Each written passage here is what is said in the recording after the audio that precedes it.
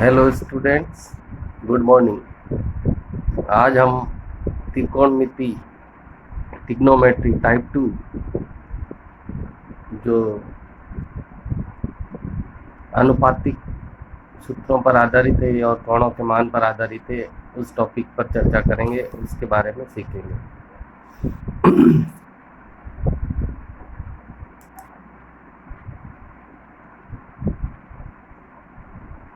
सबसे पहले आपको ध्यान देना कि ट्रिग्नोमेट्री त्रिकोणमिति जो है वो आपके समकोण त्रिभुज पर आधारित है। यह आपके सामने जो फिगर बनी हुई है ये समकोण त्रिभुज, ये इसका 90 डिग्री है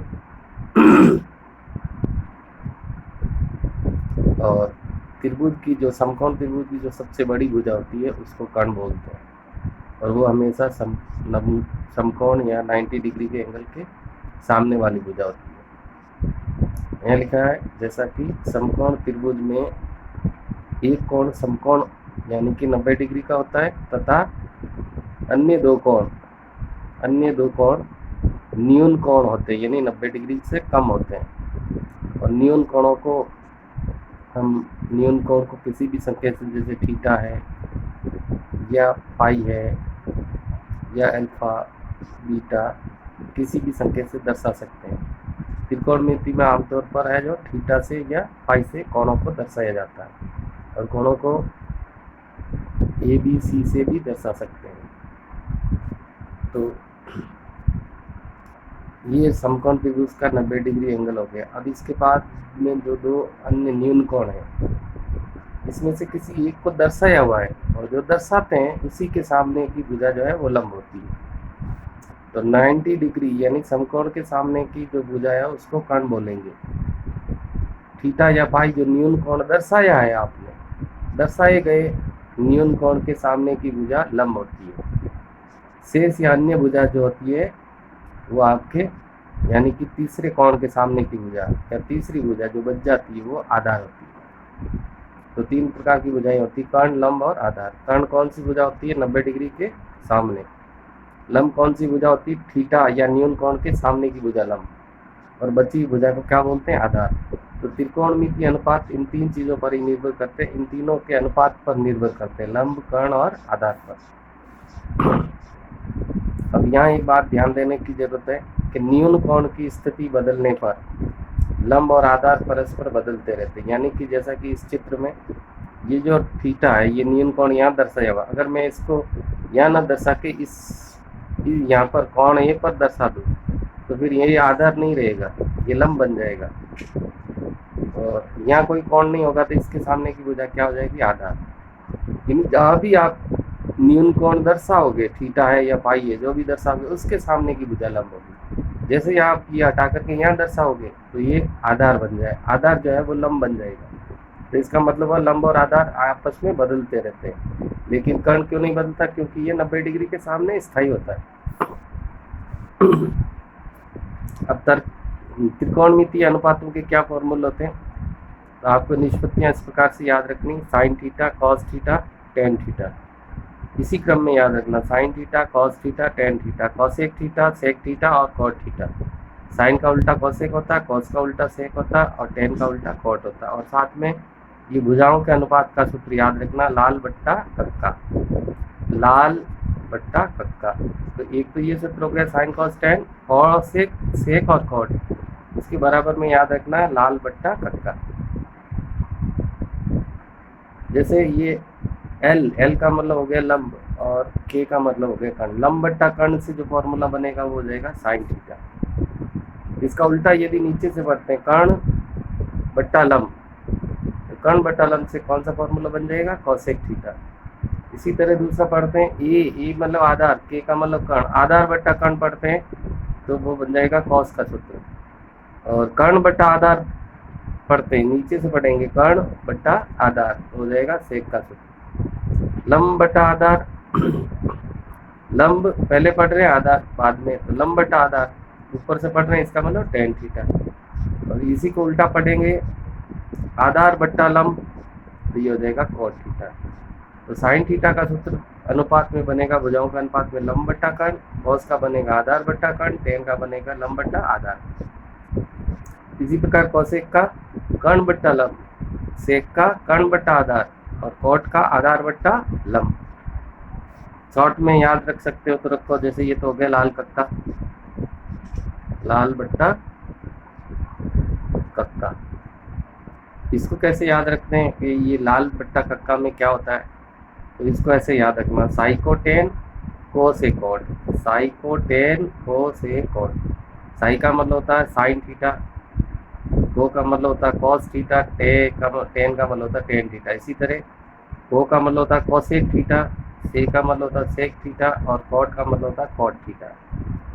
sign cos tan cosec sec और कॉट, ये इसके साथ याद रखना लाल बट्टा कक्का।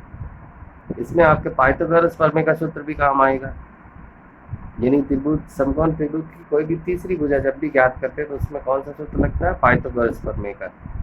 तो उसमें कर्ण का सूत्र होता है कर्ण बराबर अंडर रूट आधार का स्क्वायर प्लस लंब का स्क्वायर। इसी तरह यदि आधार ज्ञात कर रहे हैं तो कर्ण का स्क्वायर माइनस लंब के स्क्वायर का वर्गमूल, लंब ज्ञात कर रहे हैं तो वही अंडर रूट कर्ण का स्क्वायर माइनस आधार का स्क्वायर। तो याद रखना कर्ण वाले में आधार और लंब प्लस स्क्वायर प्लस में होते हैं, फिर उसका वर्गमूल निकलता है। लेकिन आधार और लंब दोनों में याद रखना कि कर्ण के स्क्वायर में से लंब का स्क्वायर और आधार का स्क्वायर घटाकर उसका वर्गमूल ज्ञात करते हैं। तो यहाँ पर एक एग्जाम्पल देखते हैं, यदि साइन थीटा का ये अनुपात दे रखा है 3/5, 3:5 हो तो सभी त्रिकोणमितीय अनुपात ज्ञात करो। तो कैसे ज्ञात करते हैं ये देखते हैं। तो सबसे पहले आपको पता साइन थीटा का वैल्यू दे रखा 3/5 और इससे जो अपन सूत्र से बनाते हैं साइन थीटा की वैल्यू, साइन थीटा तो सूत्र में साइन थीटा है, साइन ऊपर है तो इधर क्या है L/K यानी लंब बट्टा कर्ण।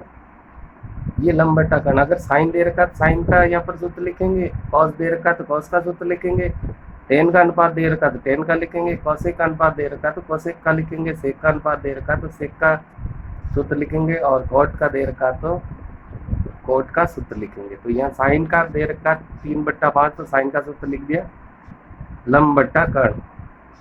तो इसका मतलब ये हुआ कि लंब का मान है वो 3 इकाई में यानी 3 के अनुपात में। इसी प्रकार कर्ण का मान जो है वो 5 के अनुपात यानी 5 इकाई मान लेते हैं। तो ऊपर वाला किसका मान हो गया, L का मतलब लंब का, नीचे वाला K का मतलब कर्ण का।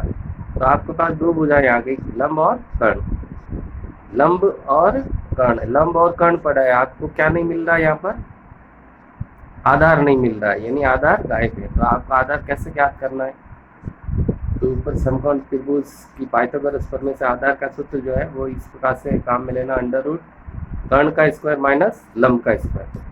तो यहाँ पर कर्ण की वैल्यू जो थी 5 थी, 5 का स्क्वायर हो गया माइनस लंब की वैल्यू 3, 3 का स्क्वायर, 5 का स्क्वायर होता है 25 और 3 का स्क्वायर है 3 3 9, 25 में से 9 को घटाते 16 बचता है और 16 का वर्गमूल होता है 4, 4 इकाई आ गया। अब आपके पास तीनों चीजें, लंब है, कर्ण है और ये क्या चीज है, आधार।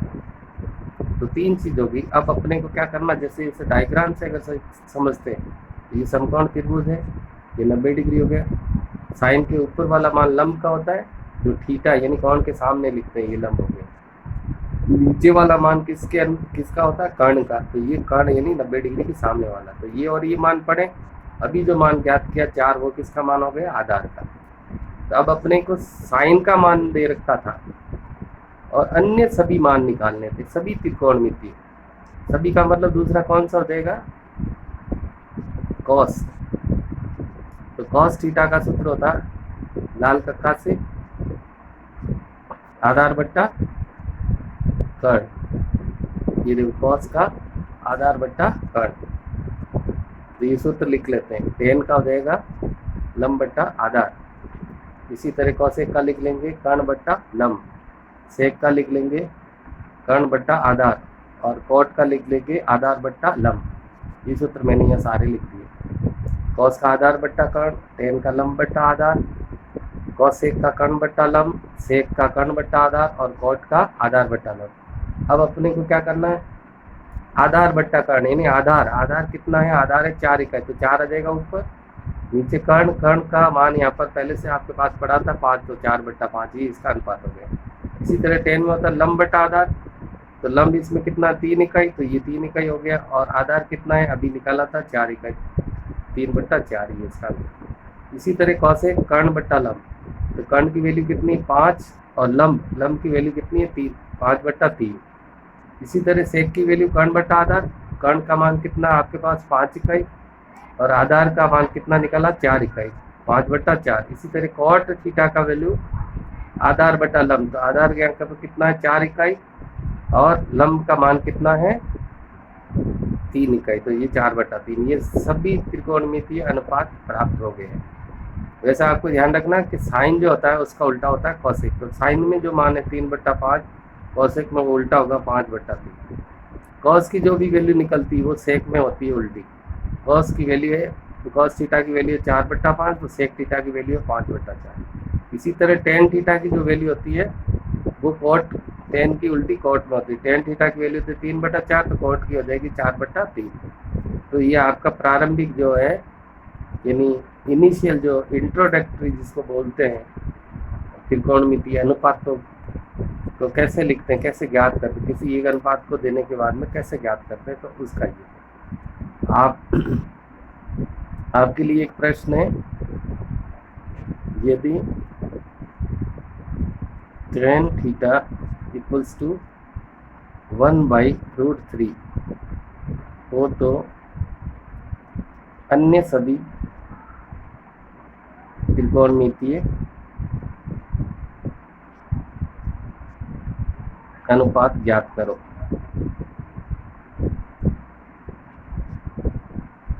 अनुपात ज्ञात करो। आप इस प्रश्न को ट्राई करेंगे, कोशिश करेंगे हल करने की, और इसके प्रोसीजर को, इसकी विधि को, इसका जो मेथड है उसको समझने के लिए वीडियो को बार बार 2-3 बार देखें और इसका अभ्यास करें। अगला जो सीरीज है वो शीघ्र ही अपलोड कर दिया जाएगा। Thank you.